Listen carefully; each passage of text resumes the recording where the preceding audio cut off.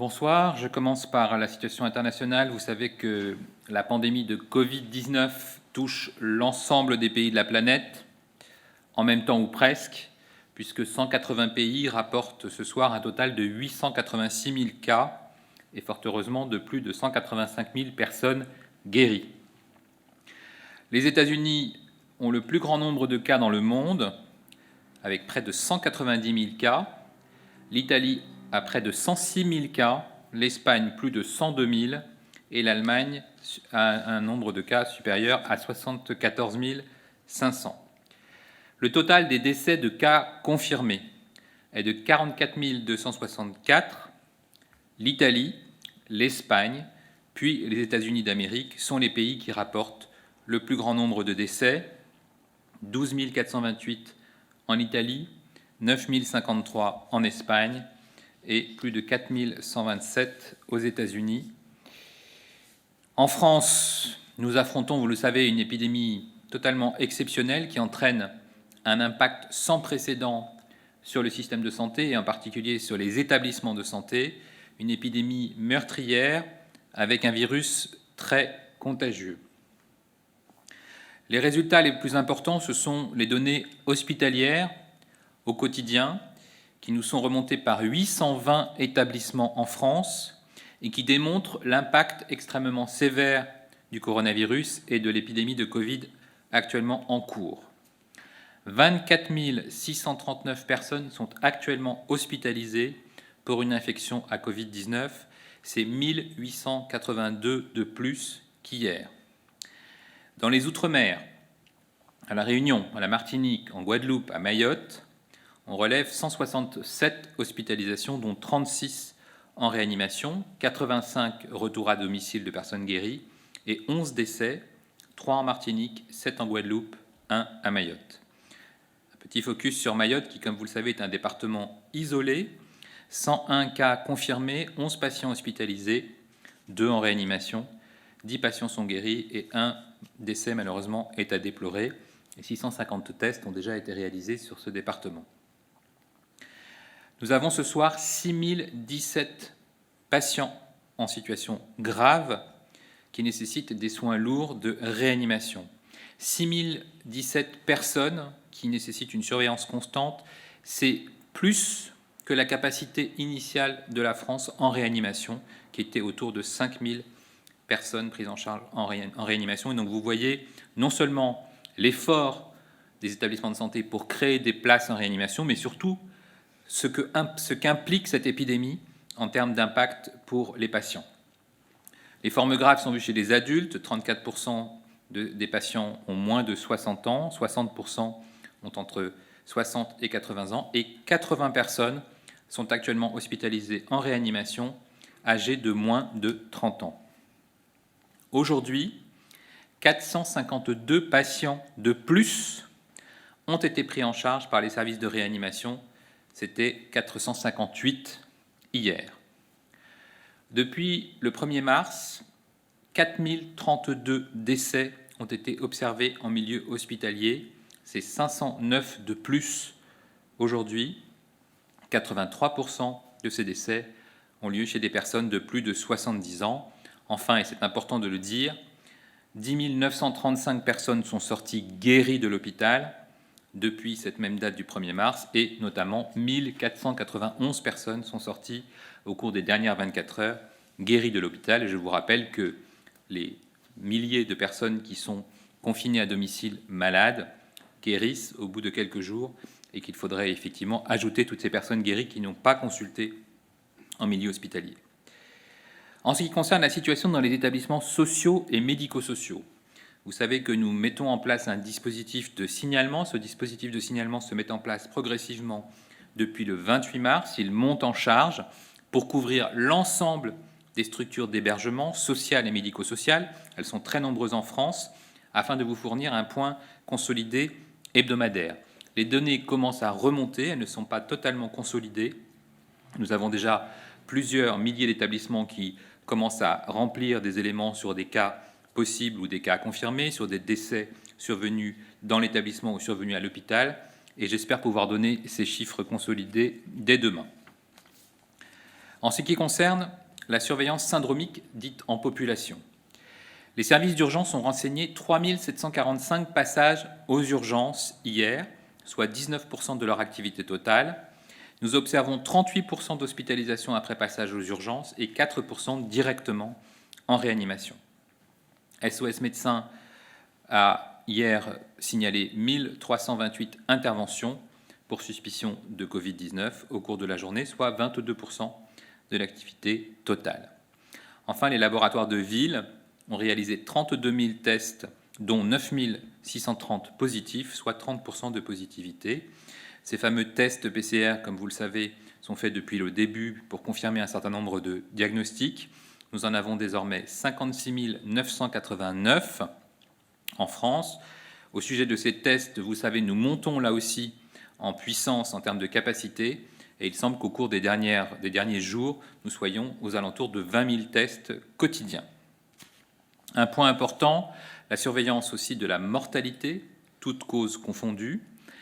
À l'échelon national, l'excès de décès par rapport à la mortalité attendue à un mois de mars atteint 13% en semaine 12 et devient aussi significatif avec une hausse de 7% en semaine 13, celle du 23 au 28 mars.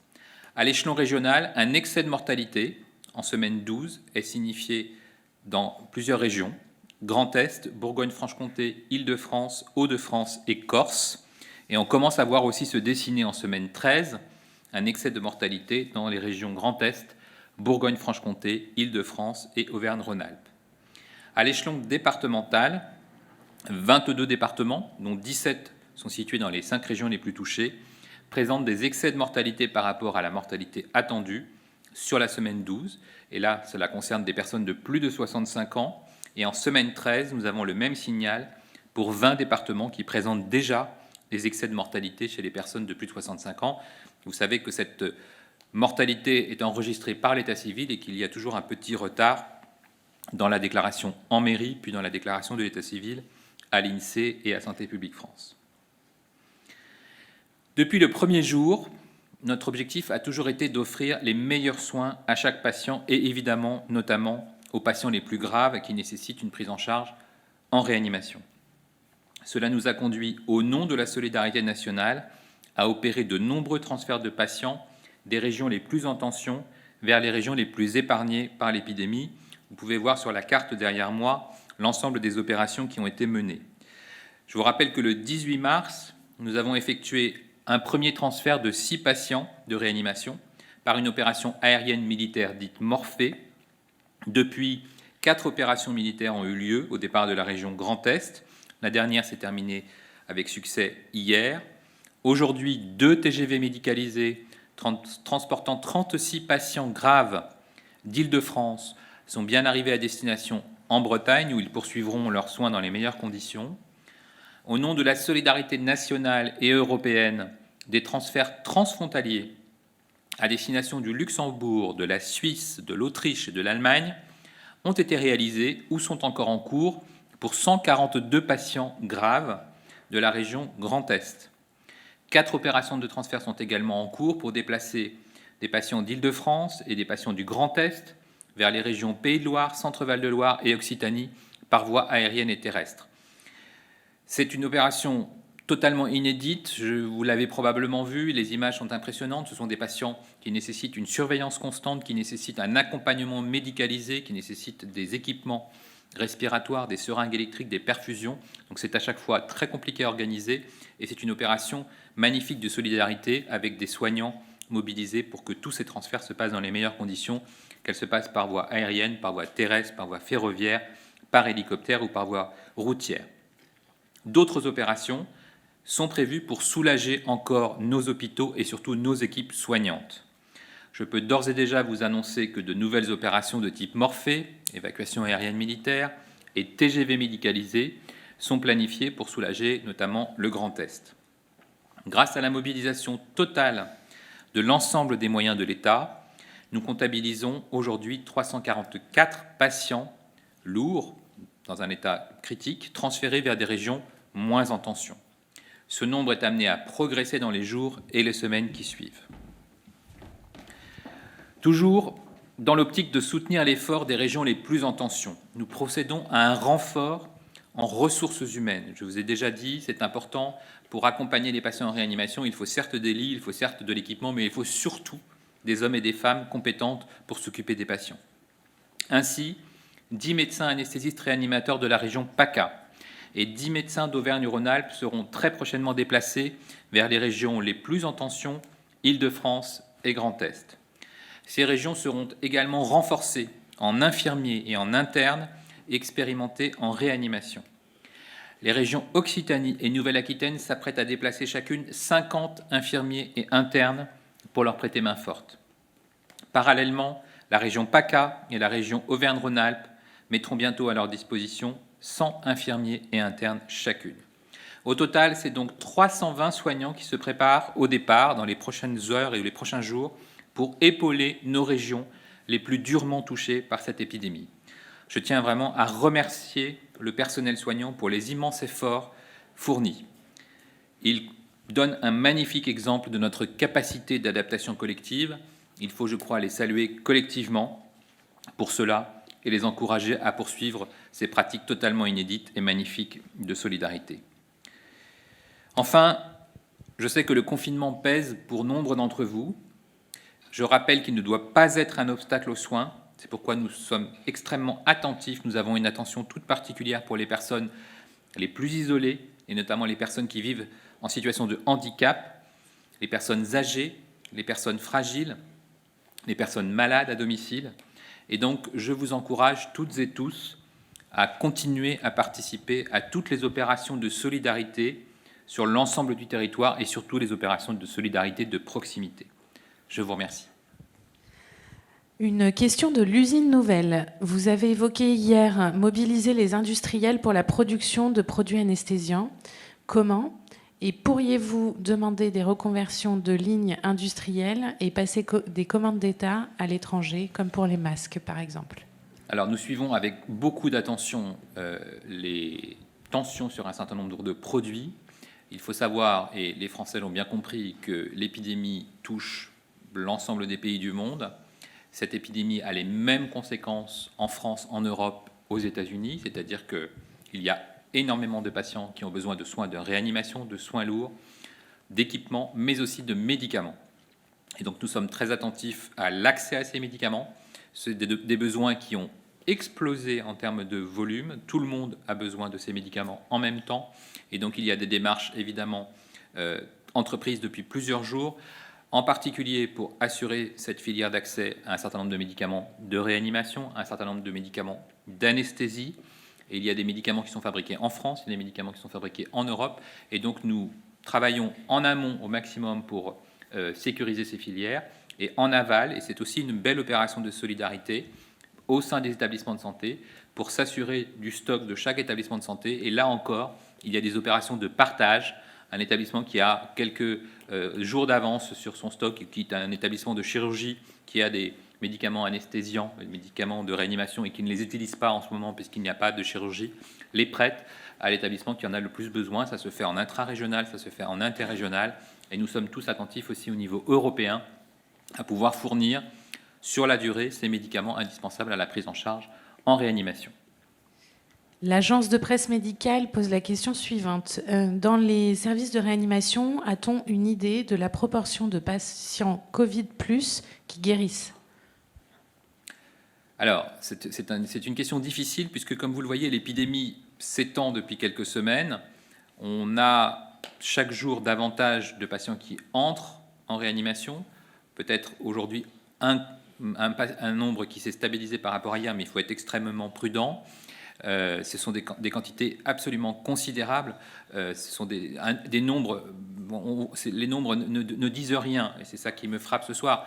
Quand on vous dit qu'il y a 400 patients en réanimation, vous imaginez ce que ça signifie pour les équipes, pour les hôpitaux, pour les équipes qui les prennent en charge. Ce sont plusieurs admissions par service, et donc c'est à chaque fois des patients dont on doit s'occuper. La durée de séjour en réanimation est longue. Je vous l'ai dit, il y a plusieurs présentations cliniques. Certains ont une détresse respiratoire isolée, d'autres ont plusieurs détresses associées, cardiaques, rénales. Et donc, plus la situation est compliquée, plus la durée de séjour s'allonge. Et donc, les réanimateurs, les équipes de réanimation font tout pour sauver les malades et pour les faire sortir, pas forcément directement à domicile, mais passer d'une réanimation à un service de rééducation. Et donc aujourd'hui, on n'a pas encore cette statistique de savoir comment évoluent les malades. Heureusement, de plus en plus de malades sortent de réanimation et on a des signaux, enfin, un petit peu d'espoir de certaines réanimations les plus touchées du Grand Est qui disent que, enfin, des patients sortent de réanimation. Donc la pression commence à un tout petit peu à baisser dans quelques rares hôpitaux du Grand Est. Ce n'est pas encore du tout le cas de l'Île-de-France qui a été touchée plus tard que la zone Grand Est. Et donc on aura là encore les 2 ou 3 semaines de prise en charge de ces patients les plus lourds avant de pouvoir les transférer vers d'autres services, vers de la réadaptation notamment. Donc cette durée moyenne de séjour dépend énormément de la situation du patient, de son âge, de la présence de facteurs de risque et de son tableau initial ou de son évolution pendant le séjour en réanimation. Et à chaque fois, le pronostic dépend du patient. Donc c'est très difficile de faire des statistiques sur des patients qui n'ont pas grand-chose à voir les uns avec les autres. Hospimédia pose 2 questions. Alors la première, est-ce que des difficultés économiques ont été identifiées dans le secteur du service à domicile ? Et est-ce qu'il est prévu des mesures spécifiques pour soutenir ce secteur ? Ça, c'est la première question d'Hospimédia. Je n'ai pas ces informations. Elles sont essentiellement gérées par les acteurs du secteur avec lesquels nous discutons évidemment, et en particulier la Direction générale de la cohésion sociale. Et donc je me renseignerai pour pouvoir vous donner la réponse au plus vite. Et la seconde, c'est le besoin hebdomadaire de masques est passé de 24 à 40 millions. Ce chiffre sera-t-il encore réévalué du fait de l'importation de nouveaux masques ? Alors, la consommation, elle n'est pas liée à l'importation. Ce qui est très important, c'est que les Français s'en rendent compte. Nous sommes ce soir avec plus de malades en réanimation que la France ne comportait de lits de réanimation il y a encore 2 mois. C'est une situation totalement inédite, totalement historique, qui montre bien l'impact impressionnant du virus et l'impact de cette épidémie. C'est justement parce que nous avons 800 établissements concernés par le Covid que nous avons l'essentiel de nos capacités de réanimation dédiées à la prise en charge des malades les plus graves, que les pratiques hospitalières ont complètement changé. Aujourd'hui, vous avez des patients Covid qui arrivent aux urgences, vous avez des patients Covid qui sont en médecine, vous avez des patients Covid qui sont hospitalisés au bloc opératoire, dans les salles de réveil, dans des salles de soins intensifs, dans des salles de soins continus, dans des réanimations. Et donc, les soignants se sont adaptés et leur consommation en masques est liée à la présence de tous ces malades Covid, plus de 20 000, comme je vous l'ai dit, dans les établissements de santé. Et donc, la consommation de masques est importante en France, elle est très importante, elle est beaucoup plus importante que lors d'une journée habituelle en 2019 ou début 2020. Et donc nous nous adaptons, et c'est pourquoi nous avons fait priorité aux importations, priorité aux productions françaises, et donc l'objectif est effectivement de pouvoir répondre en permanence à la demande des soignants, puisque je vous rappelle, les soignants sont prioritaires pour l'accès aux masques de protection, puisqu'ils doivent gérer au mieux les patients qui sont notamment hospitalisés. Une question pour RTL. Est-ce que le pic est atteint dans le Grand Est et en Île-de-France ? Et quelles sont les régions qui peuvent s'attendre à un prochain afflux de patients ? Alors, vous savez, la prévision dans les épidémies, elle est très très difficile. Et puis, il y a un autre élément, heureusement très positif, c'est la mise en place du confinement. Le pic, on ne sait qu'il est atteint, et c'est valable pour toutes les épidémies, que quand la courbe commence à baisser. On le voit chaque année pour la grippe, pour la gastroentérite, pour les bronchiolites. Personne ne sait exactement quand survient le pic. On sent que le nombre d'admissions commence à légèrement fléchir dans le Grand Est. Si ça se confirme, ce sera une très bonne nouvelle. Mais il y a un autre aspect qui est important, c'est que le confinement est efficace s'il y a moins de contacts, moins de personnes contaminées, moins de cas et donc moins de personnes hospitalisées en réanimation. Et comme le confinement est national, il y a des régions où on ne voit pas énormément de cas arriver à l'hôpital. C'est le cas des régions en particulier du sud de la France. Et c'est grâce à cette situation que les hôpitaux du sud de la France nous aident, à la fois en envoyant des renforts humains, et c'est totalement inédit, mais aussi en acceptant, vous l'avez vu, des transferts de patients très graves. Et donc, pour cette situation française totalement inédite, du fait du confinement aussi, personne ne sait aujourd'hui prédire, et ce serait vraiment très présomptueux de prévoir quelque chose. Comment va évoluer cette épidémie? Personne ne le sait dans le monde entier. Les Chinois aujourd'hui se posent beaucoup de questions sur l'évolution éventuelle, la réapparition éventuelle du virus sur leur territoire. C'est le cas aussi à Hong Kong, où ils sont actuellement en alerte pour une deuxième vague. Donc on voit bien que finalement, ce virus nouveau qui se répand sur la planète continuera à circuler potentiellement par vague, d'après les spécialistes, tant que nous n'aurons pas une immunité collective, c'est-à-dire que nous n'aurons pas suffisamment de personnes immunisées pour l'empêcher de passer, ou que nous n'aurons pas d'autres armes contre lui, qui seraient des molécules spécifiques efficaces ou un vaccin. Et donc, toutes les réflexions actuellement sont focalisées sur l'évolution de ce virus, son comportement, l'efficacité des mesures barrières, l'efficacité de la distanciation sociale et surtout l'efficacité du confinement qui commence à se voir en Italie, en Espagne, et pour laquelle, je vous rappelle, nous aurons une démarche d'évaluation à la fin de la semaine pour voir si le confinement qui est en place depuis maintenant pile 2 semaines, strictement en France, a un impact ou pas sur l'évolution des admissions. Et donc, c'est une réflexion internationale, c'est une question mondiale que de savoir ce qui se passera lorsque les différents mécanismes de confinement seront levés progressivement. Le Premier ministre s'est exprimé ce soir sur ce sujet. On voit bien que, de toute façon, les comportements vont profondément changer et qu'après cette épidémie, dans les prochaines semaines, nous aurons encore à appliquer les mesures barrières, à être attentifs au lavage des mains, à être attentifs en particulier aux distances, à éviter un certain nombre de comportements que nous avions avant, au moins durant cette période de quelques mois où nous n'avons pas encore de garantie, non seulement sur l'immunité collective, mais aussi sur l'accès à un vaccin. Une question pour VL Média. Face aux difficultés de mobiliser des personnels soignants supplémentaires en Île-de-France et dans le Grand Est notamment, serait-il envisageable de faire appel à des soignants européens, allemands par exemple, pour aider les soignants français ? Alors, les difficultés, je les relativise. Il y a une magnifique mobilisation. Si vous allez dans les établissements de santé du Grand Est ou d'Île-de-France, tout le monde est sur le pont. Donc, attention peut-être à bien rappeler aux Français que nos professionnels de santé sont totalement mobilisés.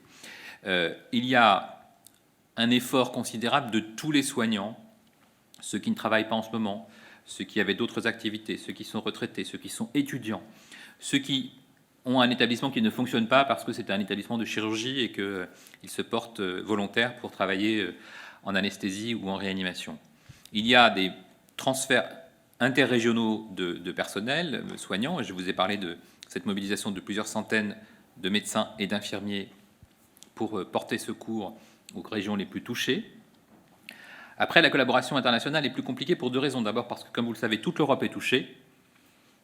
La Grande-Bretagne, l'Italie, l'Espagne, l'Allemagne, même si l'Allemagne est un peu encore dans une phase croissante de l'épidémie et peut-être à quelques jours derrière la France, il y a déjà cette mobilisation de l'ensemble des soignants pour gérer les malades de leur propre pays. Et puis il y a quand même un sujet important quand on parle de collaboration internationale, c'est l'accès à la langue. Et on sait bien aussi que pour échanger entre infirmières, pour échanger entre médecins, voire même tout simplement pour expliquer la situation à un malade, il est plus facile d'avoir sa propre langue natale et d'échanger directement. Mais nous avons déjà une très très belle collaboration européenne. Je vous ai montré le nombre de patients qui sont accueillis dans nos pays amis frontaliers, ou parfois même pas frontaliers, puisque nous avons l'Autriche aussi qui accueille des patients. Donc vous voyez que là encore, il y a une solidarité européenne qui s'exprime, dans un sens comme dans un autre, parce que ce qu'il faut aussi dire, c'est que la France, qui est actuellement aidée, aidera aussi les pays lorsque nous aurons moins de cas et que les pays seront potentiellement plus touchés que nous. On voit bien qu'aujourd'hui, on est dans une nouvelle période de solidarité, que chacun essaye d'aider, qu'il y a des prêts de matériel, que chacun essaie de trouver des solutions au sein de cet espace européen et que nous avons tous les mêmes questions. Les Espagnols, les Italiens, les Français, les Allemands, les Britanniques se posent tous la même question sur le devenir de ce virus, sur les meilleures façons de lutter contre ce virus. Une question pour Science Avenir.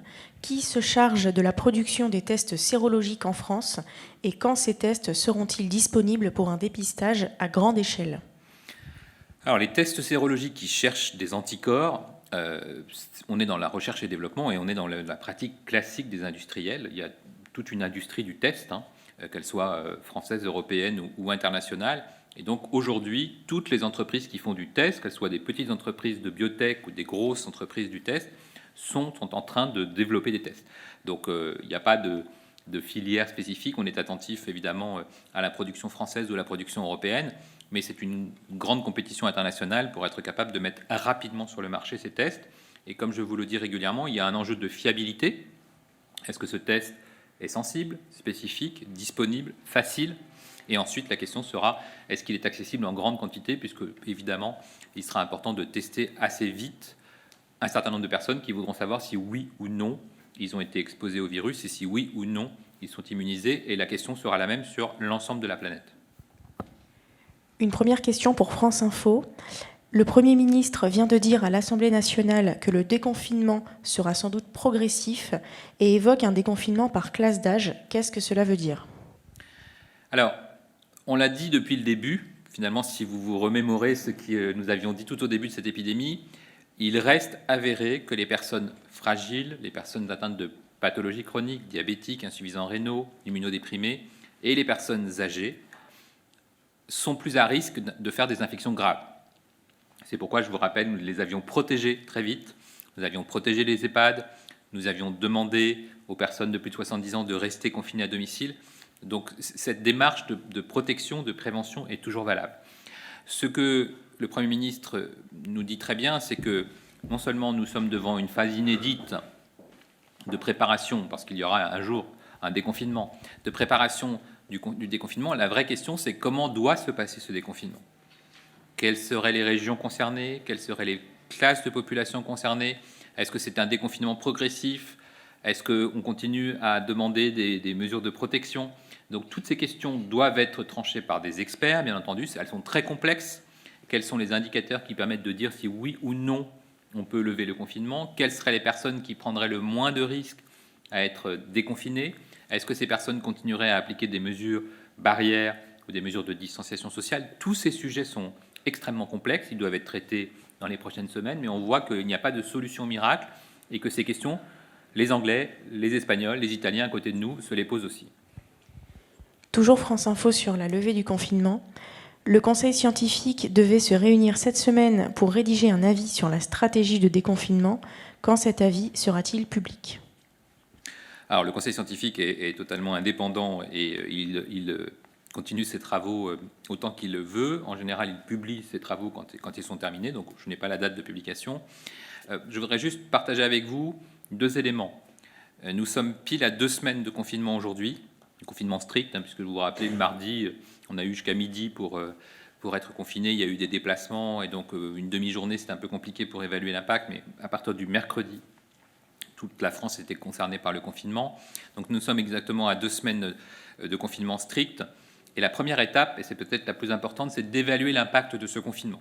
Nous pourrons le faire dans les 2 ou 3 prochains jours pour voir si, après une semaine d'incubation, après une semaine d'évolution, on voit moins arriver de cas graves en réanimation. C'est vraiment l'objectif que nous avons pour les prochains jours.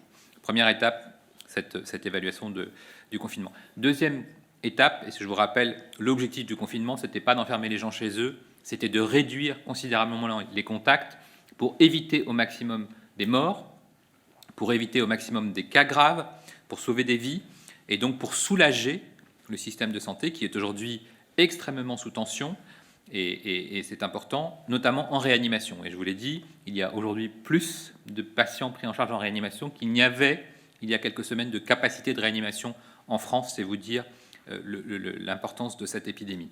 Et donc, ça, c'est la deuxième étape. À partir de quand on verra arriver une décrue des patients les plus graves et une diminution de pression sur les équipes de réanimation. Et ensuite viendra le temps de la réflexion sur la stratégie de déconfinement qui va être de toute façon basée sur une situation très complexe, totalement inédite. Personne n'a jamais déconfiné en période épidémique. Aucun pays n'a vraiment d'expérience. Même les Chinois, on voit bien, tâtonnent pour savoir s'ils redémarrent complètement, s'ils redémarrent doucement, s'ils redémarrent par région, comment ils protègent au mieux les zones qui ont été les moins touchées. C'est quelque chose de très complexe.